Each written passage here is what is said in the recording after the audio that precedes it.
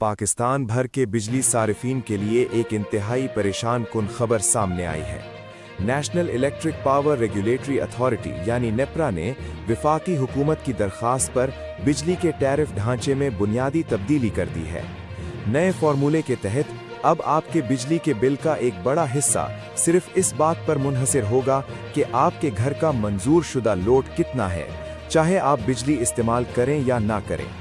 जनवरी 2026 से नाफिज होने वाले इस नए निज़ाम के मुताबिक लाइफलाइन सारिफीन के अलावा तमाम घरेलू सारिफीन पर भारी फिक्स चार्जेस लागू कर दिए गए हैं।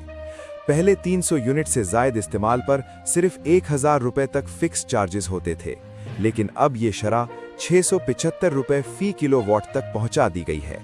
इसका मतलब है कि अगर आपके घर का लोड 5 किलोवाट है तो आपको हर माह 3375 रुपये सिर्फ फिक्स चार्जेस की मद में अदा करने होंगे।